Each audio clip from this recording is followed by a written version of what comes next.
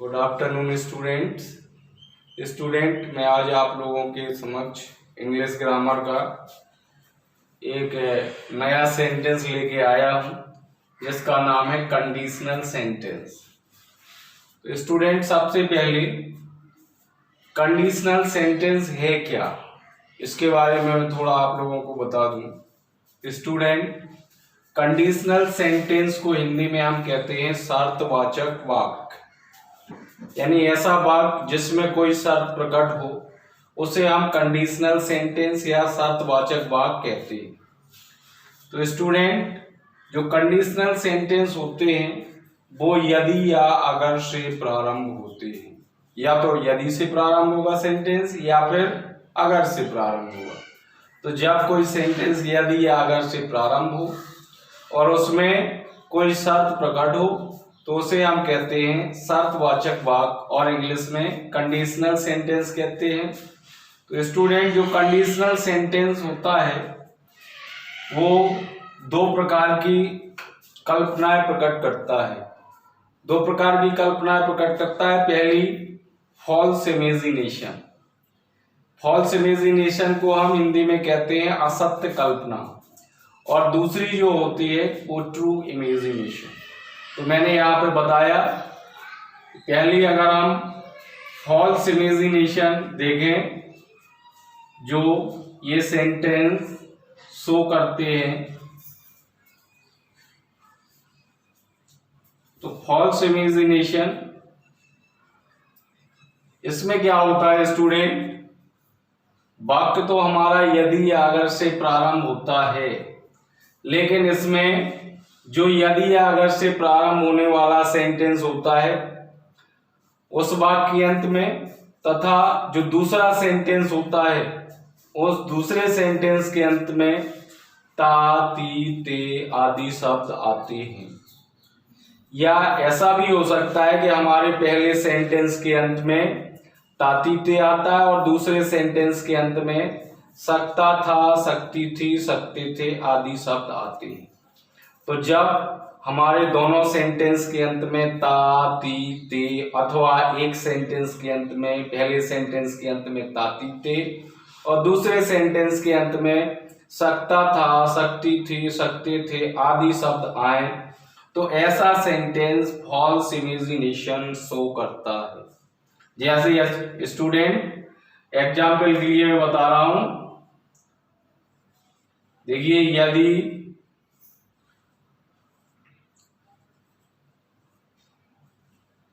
यदि तुम पढ़ते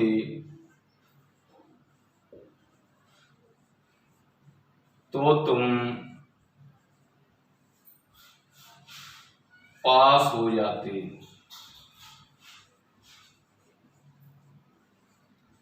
देखिए स्टूडेंट, ये सेंटेंस है और यदि से शुरू है, तो इसे हम कहेंगे कि ये क्या है, कंडीशनल सेंटेंस। अब कंडीशनल सेंटेंस में वाक्य में दो हिस्से होते हैं। अब देखिए स्टूडेंट, यहाँ पे वाक्य के अंत में ते आया, इधर भी ते आया, तो मैंने आपको बताया कि दोनों सेंटेंस के अंत में ता, ती, ते आता है और वाक्य यदि या अगर से प्रारंभ होता है, तो ऐसा सेंटेंस फॉल्स इमेजिनेशन शो करता है। और ऐसे सेंटेंस का ट्रांसलेशन करने के लिए हम क्या करते हैं स्टूडेंट, यदि या अगर से प्रारंभ होने वाले वाक्य को हम बनाते हैं पास्ट इंडेफिनिट टेंस में। सबसे पहले यदि या अगर की अंग्रेजी लिखते हैं इफ, इफ मीन्स यदि या अगर। अब तुम पढ़ते, यू रीड। अब दोनों वाक्यों के बीच में जो तो आता है उसकी अंग्रेजी हम कुछ नहीं लिखते स्टूडेंट, केवल कॉमा लगा देते हैं। दूसरे वाक्य में हम वुड या कुड लगाते हैं, लेकिन स्टूडेंट ये क्लियर करना है हम कब वुड लगाएंगे कब कुड। जब दूसरे वाक्य के अंत में ताती ते आए तो हम लगाते हैं वुड, और जब दूसरे वाक्य के अंत में आए सकता था, सकती थी, सकते थे, तो हम लगाते हैं कुड। तो यू वुड पास। तो स्टूडेंट देखिए, if you read you would पास। अगर तुम पढ़ते तो तुम पास हो जाते। जैसे यदि वह मेरे पास आता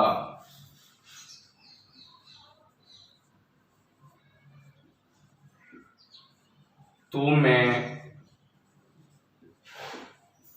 उसकी मदद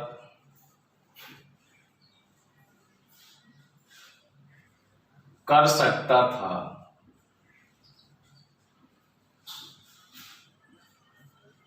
देखिए स्टूडेंट, इसमें आता पहले सेंटेंस के अंत में था है और दूसरे सेंटेंस के अंत में सकता था,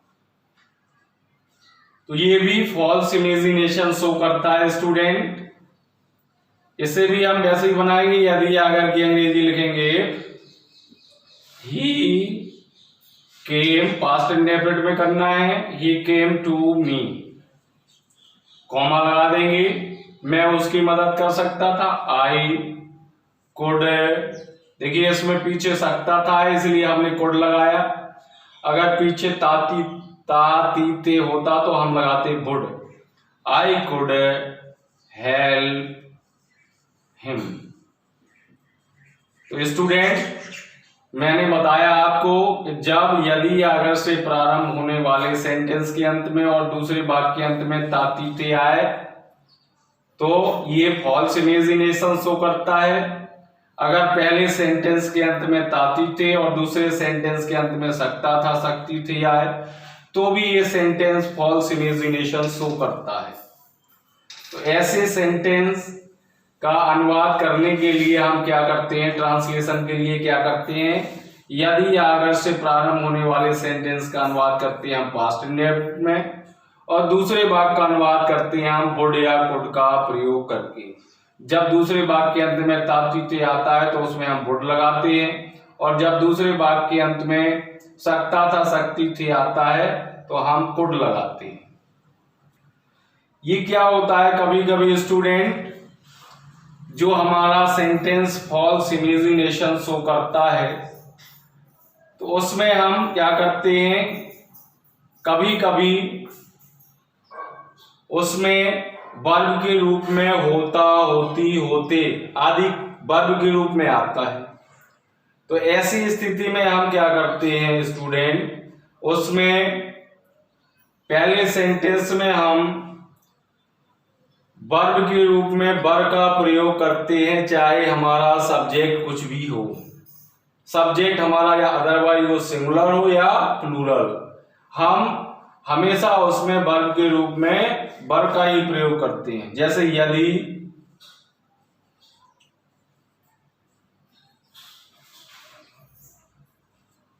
यदि मैं राजा होता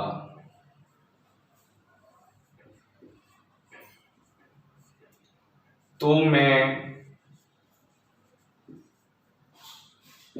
तुम्हें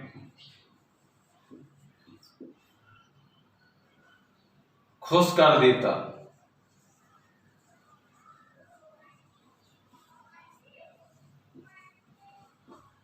देखिए स्टूडेंट, पहले सेंटेंस में वर्ब के रूप में होता होती होते जब आए तो हम इसमें मैंने बताया आपको, इसमें मैंने बताया है कि यदि अगर से प्रारंभ होने वाले वाक्य में इफ लगाएंगे आई। अब देखिए आई के साथ वैसे लगता है वॉज, लेकिन ये चूंकि फॉल्स इमेजिनेशन शो कर रहा है और क्रिया के रूप में इसमें होता होती होते आया है इसलिए इसमें लगेगा were. If I were a king, comma लगा देंगे, तो की अंग्रेजी कुछ नहीं लिखते केवल कॉमा लगाते हैं। मैं तुम्हें खुश कर देता आई। अब देखिए ता है आया, ता केवल आया वाक्य के अंत में तो लगाएंगे I would make you happy. और देखिए एक एग्जाम्पल स्टूडेंट, यदि आदमी के पंख होते तो वह भी उड़ने लगता।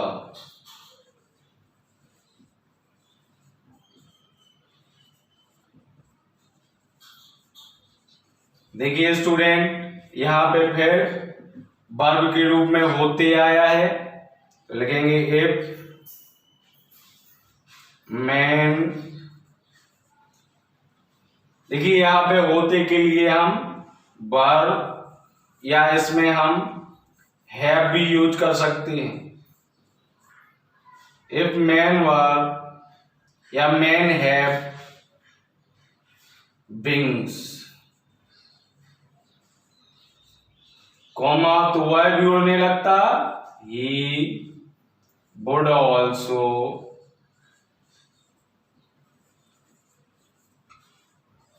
begin to fly।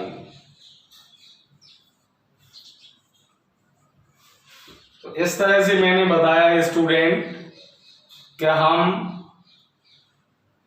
Conditional sentence में फॉल्स इमेजिनेशन जो सेंटेंस शो करता है उसकी किस तरह से ट्रांसलेशन करते हैं, मैंने अभी आपको ये बताया है और एग्जाम्पल दिए हैं कि यदि अगर से प्रारंभ होने वाले वाक्य का अनुवाद हम क्या में करते हैं, पास्ट इंडेफिनिट टेंस में, और दूसरे वाक्य के दूसरे हिस्से का अनुवाद हम करते हैं वुड या कुड के साथ वर्ब की फर्स्ट फॉर्म को यूज करके। स्टूडेंट, कभी कभी ऐसा होता है कि यदि अगर से प्रारंभ होने वाले वाक्य में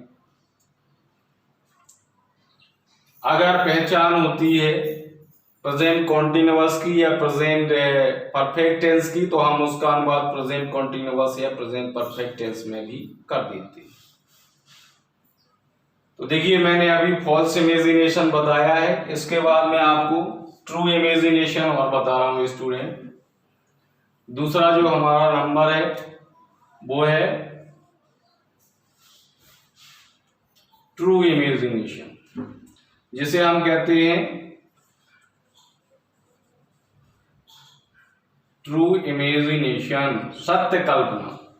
सत्य कल्पना में क्या होता है स्टूडेंट, जो हमारा वाक्य होता है या तो दोनों वाक्यों के अंत में गा गी गी आता है, गा गी गे आता है, या फिर एक वाक्य अंत में गा गी गी आता है। देखिए तो ऐसी स्थिति में हम क्या करते हैं स्टूडेंट, वाक्य के पहले हिस्से का अनुवाद करते हैं हम प्रेजेंट इंडेफिनिट टेंस में, और वाक्य के दूसरे हिस्से का अनुवाद हम करते हैं फ्यूचर इंडेफिनिट टेंस में। जैसे यदि तुम पढ़ोगे तो तुम पास हो जाओगे।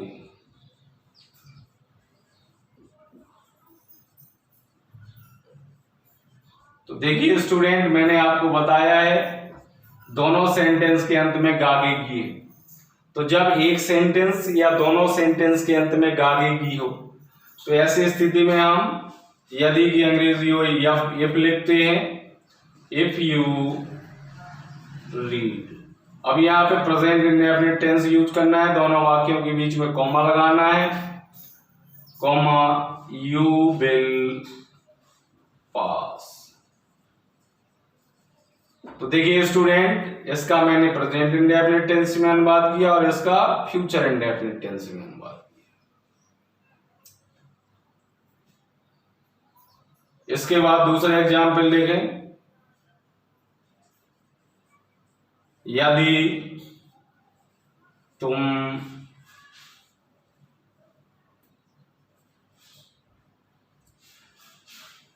कमजोर हो तो तुम्हें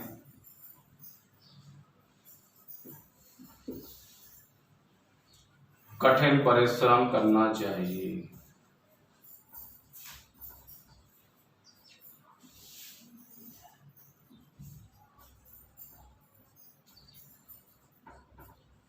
देखिए स्टूडेंट, इसको ये सेंटेंस सत्य कल्पना प्रकट कर रहा है और इस सेंटेंस में इसमें ना गागी गी आया है ना इसमें। तो इसमें क्या है, हम ये देखते हैं कि ये सेंटेंस जिस टेंस में है उसी में इसका हम अनुवाद कर देते हैं। लिखेंगे if you are big, comma, you should read more. You should work hard. Sorry, कठिन परिश्रम के लिखेंगे you should work hard. इस तरह से भी सेंटेंस होता है, जैसे यदि तुमने खाना खा लिया है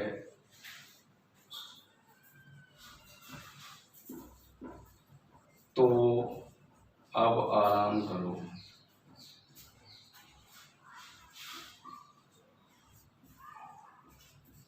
तो हम ये देखते हैं कि ये सेंटेंस किस टेंस में है, उसी के अनुसार उसका ट्रांसलेशन हम कर देते हैं। यदि तुमने खाना खा लिया है, ये प्रेजेंट परफेक्ट टेंस है, लिखेंगे इफ यू हैव टेकन या ईटन द फूड, कॉमा लगा देंगे। अब देखिए, तो अब आराम करो, ये क्या है, इंपेरेटिव सेंटेंस है, लिख देंगे take rest now. Imperative sentence में ये वर्ब की फर्स्ट फॉर्म से शुरू होने वाला सेंटेंस है।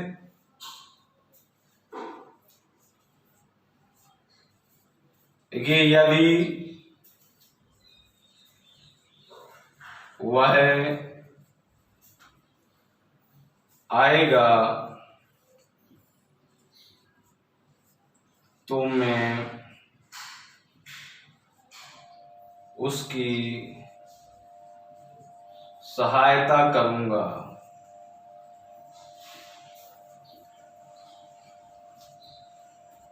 देखिए, आप दोनों सेंटेंस के अंत में गागी की है, वही नियम हम फॉलो करेंगे। पहले सेंटेंस का अनुवाद हम प्रेजेंट इंडेफिनिट टेंस में करेंगे। If he comes, comma, I shell help him. तो स्टूडेंट, आपको ये देखना है कि ये सेंटेंस हमारा फॉल्स इमेजिनेशन शो कर रहा है या ट्रू इमेजिनेशन। उसी के अनुसार आपको सेंटेंस को इंग्लिश में ट्रांसलेट करना है। तो स्टूडेंट, ये मैंने आप लोगों को आज कंडीशनल सेंटेंस एक्सप्लेन किया। आई होप आप लोगों को ये अच्छे से समझ में आया होगा। तो स्टूडेंट, जल्दी से आप मेरे इस वीडियो को लाइक करिए, ज़्यादा से ज़्यादा अपने फ्रेंड्स को शेयर करिए। स्टूडेंट, अगर आप इस चैनल पर नए हैं तो इस चैनल को प्लीज़ सब्सक्राइब करिए और कमेंट करना मत भूलिए। ये वीडियो देखने के लिए आप सभी को बहुत बहुत धन्यवाद। Thanks a lot. अगले